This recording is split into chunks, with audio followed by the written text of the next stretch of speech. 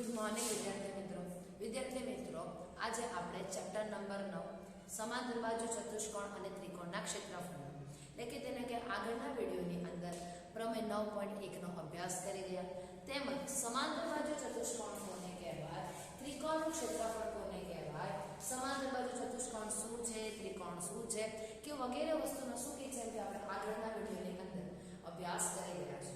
તો કે આજે આપણે જોવાનું છે પ્રમેય 9.2 પેજ નંબર છે 144.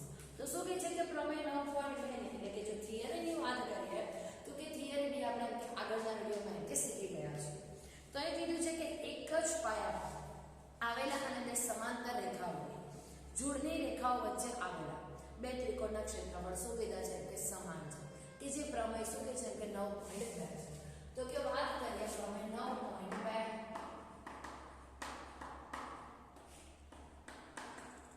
શું કીધું છે એક જ પાયા પર આવેલા અને બે સમાંતર રેખાઓ શું કીધું છે બે સમાંતર રેખાઓની જોડ સમાંતર રેખાઓની જોડ રેખાઓ વચ્ચેના આવેલા બે ત્રિકોણો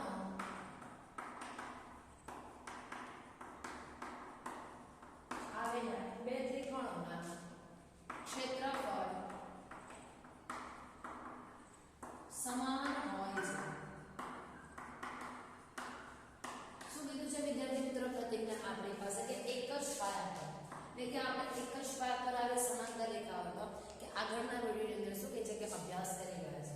તો એક જ પાયા પર આવેલા અને બે સમાંતર રેખાઓની જોડ એક જ પાયો છે તેની પર આવેલી એમ કે બે સમાંતર રેખાઓની જોડ વચ્ચે આવેલા બે ત્રિકોણ શું કહે છે કે તેમના ત્રિકોણોના ક્ષેત્રફળ કેવા થશે કે સમાન થશે.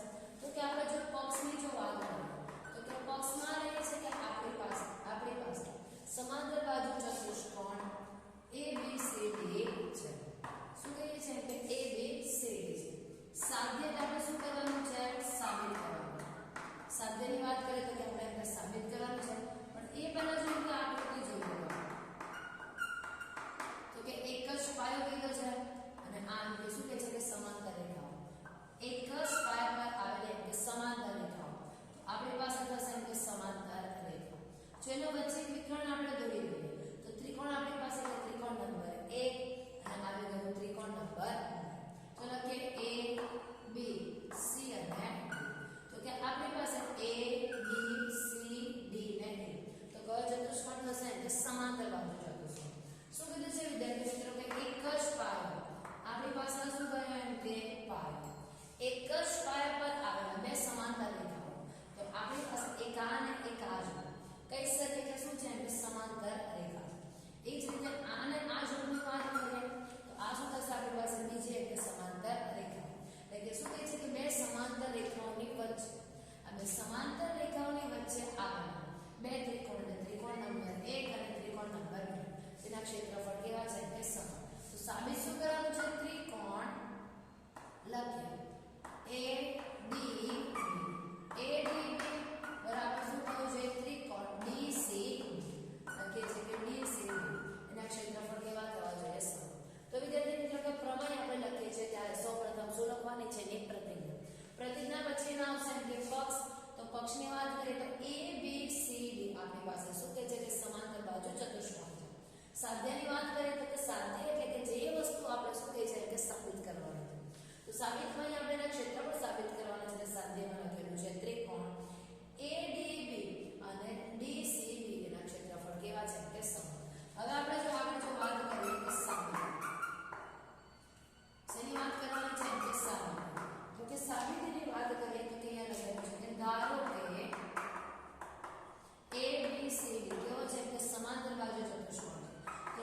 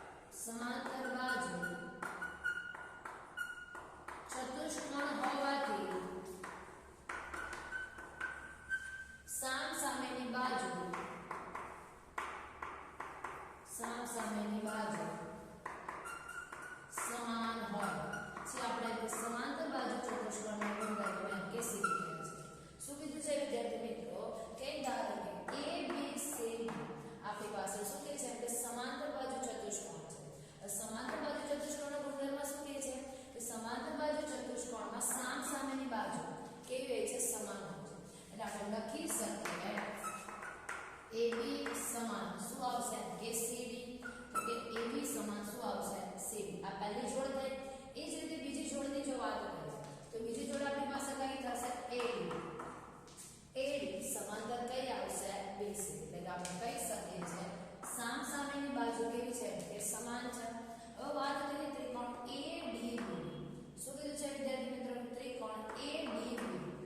લખે ત્રિકોણ ADB સંગતતા સમૂહ શું લઈએ છીએ DCB.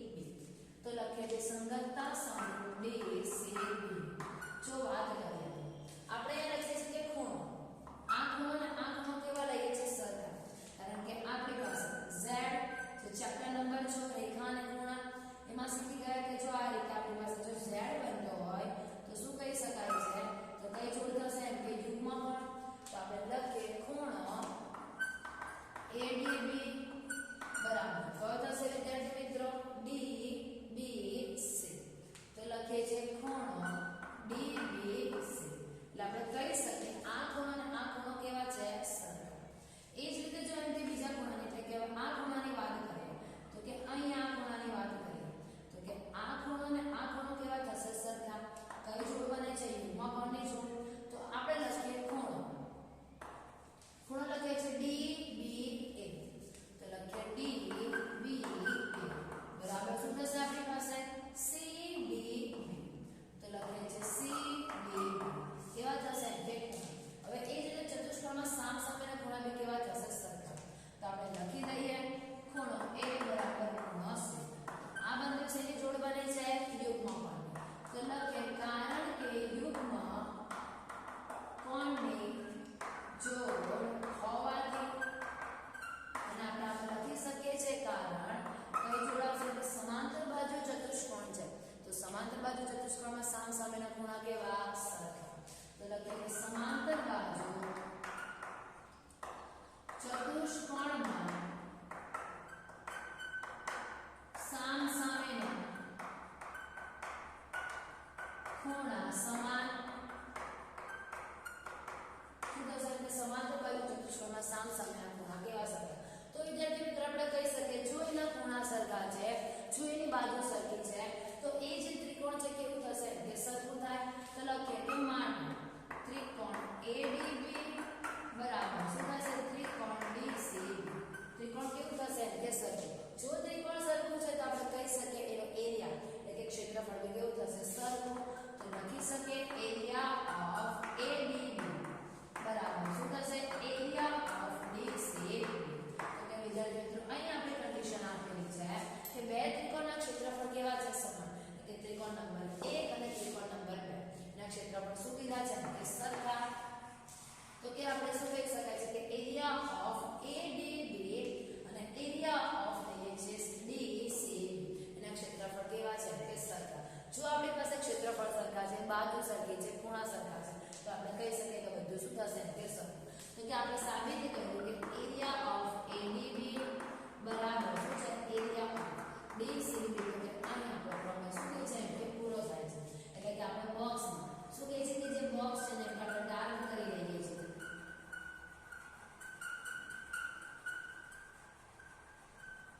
તો વિદ્યાર્થી મિત્રો આનો મતલબ એવું છે કે આપણો જે પ્રમેય છે એ શું કહે છે કે અહીંયા પૂરો થાય છે. જો આપણે એમ કે વાક્યના સ્વરૂપમાં લખવું હોય એટલે કે અહીં આપણા મેથેમેટિકલ સ્વરૂપમાં લખેલું છે જો એને વાક્યના સ્વરૂપમાં લખવું હોય તો આપણે લખી શકીએ છીએ કે અહીં સમાંતર બાજુ ચતુષ્કોણ ABCD શું કહે છે કે સમાંતર બાજુ ચતુષ્કોણ ABCD માં એરિયા ઓફ ADB એટલે કે શું કહે છે કે ADB નું ક્ષેત્રફળ અને DCB નું ક્ષેત્રફળ કેવું છે સમક્ષેત્ર છે. સમક્ષેત્ર એટલે વિદ્યાર્થી મિત્રો કે જેના ક્ષેત્રફળ સમાન હોય તો તેને આપણે શું કહી શકીએ છીએ કે સમક્ષેત્ર એટલે કે એના ક્ષેત્રફળ કેવા છે કે સરખા. તો વિદ્યાર્થી મિત્રો અહીં આપણને પ્રમેય એટલે કે એકવાર એમ કે રિવિઝન કરી લઈએ કે શું કહે છે પ્રમેય કે એક જ પાયો છે તો કે એક જ પાયા પર આવેલા બે સમાંતર રેખા શું કહે છે કે આપણી પાસે બે સમાંતર રેખા છે. આ જે એક છે આપણી પાસે એક જોડ આ છે અને એક જોડ આ છે. કે ટોટલ કેટલી જોડ છે બે જોડ છે. તો કે બે સમાંતર રેખાઓની વચ્ચે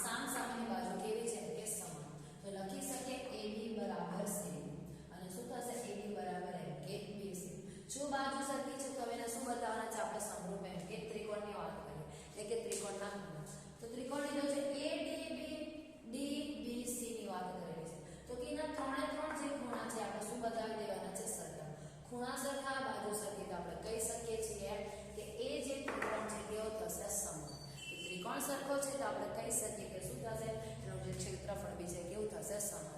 તો કે આ રીતેના ક્ષેત્રફળ શું કહે છે કે સમાન થાય છે. તો કે વિદ્યાર્થી મિત્રો આ વિડીયોની અંદર એટલે કે પ્રમેય 9.2 નો અભ્યાસ કરેલો છે કે આ જે પ્રમેય છે ઘરે તમારે બુકની અંદર 2 વાર લખવાનો છે કે જેથી કરીને આ પ્રમેય તમને વધારેમાં વધારે ખબર પડી શકે અને જે દાખલા છે તમને આવડે